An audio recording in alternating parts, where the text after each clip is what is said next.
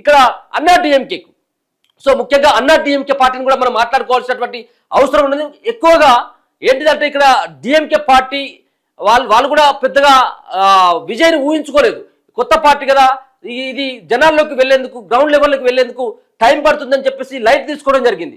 కానీ ఇక్కడ ఉన్నటువంటి విజయ్ మాత్రం దానికి భిన్నంగా, వాళ్ళు ఊహించినటువంటి దానికి భిన్నంగా ప్రచారాన్ని ముమ్మరం చేయడం జరిగింది. అదేవిధంగా ఓటర్లని, ముఖ్యంగా యువతని ఆకర్షించినటువంటి పరిస్థితి కనపడతా ఉన్నది. కేవలం అధికార పార్టీ అయినటువంటి డిఎంకేకి కేవలం 46 స్థానాలు మాత్రమే రావడం జరిగింది. 46 స్థానాల్లో మాత్రమే వాళ్ళ ఆధిక్యతను కనపరుస్తూ ఉంటే అన్నా డిఎంకే పార్టీకి సైతం కూడా, అన్నా డిఎంకే పార్టీకి నాయకత్వం లేదు అని చెప్పేసి పెద్దగా వీళ్ళు కూడా, నాయకత్వం కూడా లేదు కాబట్టి మనం విజయాన్ని మనం ఖచ్చితంగా ఈసారి, అంటే ఒక పక్కన టీవీకే పార్టీ ఏమో కొత్త పార్టీ అయిపోయింది, అన్నా డిఎంకే పార్టీకి ఏమో నాయకత్వం లేదు కాబట్టి ఈ ఎన్నికల్లో మనం విజయం సాధించవచ్చు అన్నటువంటి ధీమాతోటి DMK party and Congress party అని అనుకోవడం జరిగింది. కానీ చూసినట్లయితే రెండో ప్లేస్ లో అన్నా డిఎంకే అధికార పార్టీ, ఇప్పటి వరకు అధికారంలో ఉన్నటువంటి డిఎంకే పార్టీ మూడో ప్లేస్ లోకి పడిపోయినటువంటి పరిస్థితి కనపడతా ఉన్నది.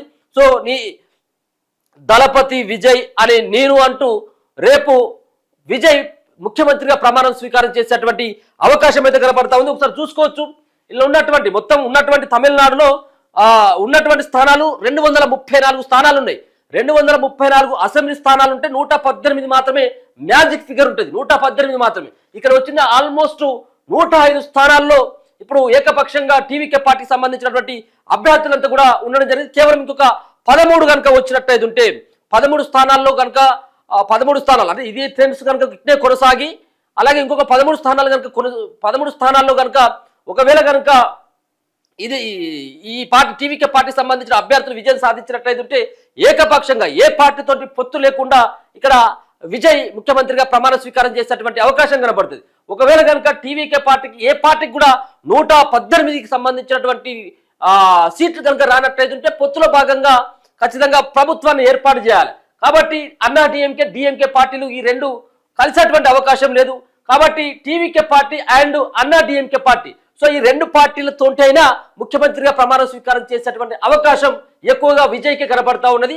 ఒకవేళ కనుక ఈయన మద్దతు ఇవ్వాలన్న కానీ, ఒకవేళ ఇవ్వాలన్న ఈయన మద్దతు వాళ్ళకి ఇవ్వాలన్నా, వాళ్ళ మద్దతు ఈయనకి ఇవ్వాలన్నప్పుడు కూడా ముఖ్యమంత్రిగా దరిదాపుగా 99% తమిళనాడులో కొత్త ముఖ్యమంత్రిగా ప్రమాణ స్వీకారం ఖచ్చితంగా విజయ్ చేసేటువంటి అవకాశమే కనబడుతుంది. మనం చూసుకోవచ్చు, కేవలం 2024 ఫిబ్రవరి 2వ తారీఖున పార్టీని స్థాపించడం జరిగింది. కేవలం 2 సంవత్సరాల్లోనే